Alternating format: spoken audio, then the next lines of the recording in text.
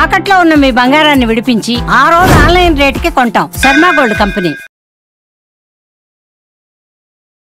నమస్తే, welcome to Suman TV. నేను గీతాంజలి. మానవుల చావు ఖాయమైందా? ప్రకృతి వినాశనం తప్పదా?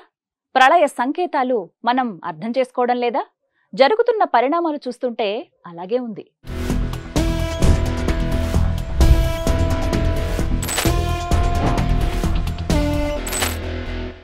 సముద్రం అనేక రహస్యాలను దాచిపెట్టిన అద్భుతమైన లోకం. కానీ కొన్నిసార్లు ఆ గాఢ రహస్యాలు అనూహ్యంగా మన ముందు ప్రత్యక్షమవుతాయి. ఇటీవల ఆస్ట్రేలియాలో 150 కిల్లర్ వేల్స్ ఒకేసారి చనిపోవడం, సాధారణంగా 5000 మీటర్ల లోతులో నివసించే బ్లాక్ డెవిల్ ఫిష్ ఒడ్డుపైకి చేరుకుని మరణించడం, అలాగే భూకంపాలకు ముందుగా బయటకు వచ్చే ఓర్ ఫిష్ సముద్ర ఉపరితలానికి రావడం ప్రపంచం దృష్టిని ఆకర్షిస్తున్నాయి. ఈ ఘటనలు ప్రకృతి విపత్తుల శకునమా, భూకంపాలకు సునామీలకు సంకేతమా అనే సందేహాలు రేకెత్తిస్తున్నాయి. ఓర్ ఫిష్ భూకంపాల ముందు కనిపించే చేప. ఓర్ ఫిష్ అనేది చాలా అరుదుగా కనిపించే చేప.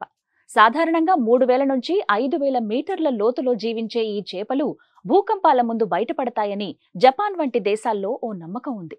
2011వ సంవత్సరంలో జపాన్లో వచ్చిన భారీ సునామీకి ముందుగా ఈ చేపలు ఎక్కువగా బయటపడ్డాయి. శాస్త్రవేత్తల ప్రకారం భూకంపాల ముందు భూమి క్రింద జరిగే టెక్టోనిక్ ప్లేట్ కదలికలు సముద్రంలోని ఈ చేపలను పైకి తీసుకురాగలవు. బ్లాక్ డెవిల్ ఫిష్ చాలా లోతైన సముద్రాలలో మాత్రమే జీవించే జీవి. సాధారణంగా 6000 మీటర్ల లోతులో ఉండే ఈ జీవి సముద్ర ఉపరితలానికి రావడం చాలా అరుదైన సంఘటన. దీని మరణం సముద్ర ఉష్ణోగ్రత మార్పులు, ఆక్సిజన్ స్థాయిల మార్పులు లేదా భూకంపాల కారణంగా జరిగి ఉండవచ్చు. ఎక్కడో కింద నివసించే జీవులు అకస్మాత్తుగా పైకి రావడం అనేది అంత తేలికగా తీసుకునే విషయం అయితే కాదు. ఇటీవల ఆస్ట్రేలియాలో ఒకేసారి 150 కిల్లర్ వేల్ గుంపు చనిపోవడం ప్రపంచానికి పెద్ద ఆశ్చర్యం కలిగించింది. కిల్లర్ వేల్స్ చాలా తెలివైన జీవులు. ఒకేసారి ఇంత పెద్ద సంఖ్యలో ఓర్కాలు మరణించడం అంటే ఇదే మొదటిసారని చెప్పొచ్చు. ఈ ఘటనలన్నీ ఒకేసారి జరుగుతున్నాయి అంటే ఇది ఖచ్చితంగా సముద్రంలో అనేక మార్పులు జరుగుతున్నాయనే సంకేతమే.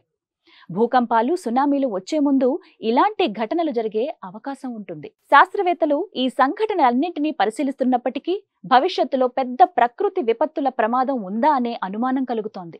సముద్ర జీవుల ప్రవర్తనలో ఇలా అనూహ్య మార్పులు చోటు చేసుకోవడం తేలికగా తీసుకోకూడదు. ఇప్పటికైనా మానవుల్లో చలనం రావాలి. సముద్రాలను, ప్రకృతిని నాశనం చేయటం మానుకోవాలి.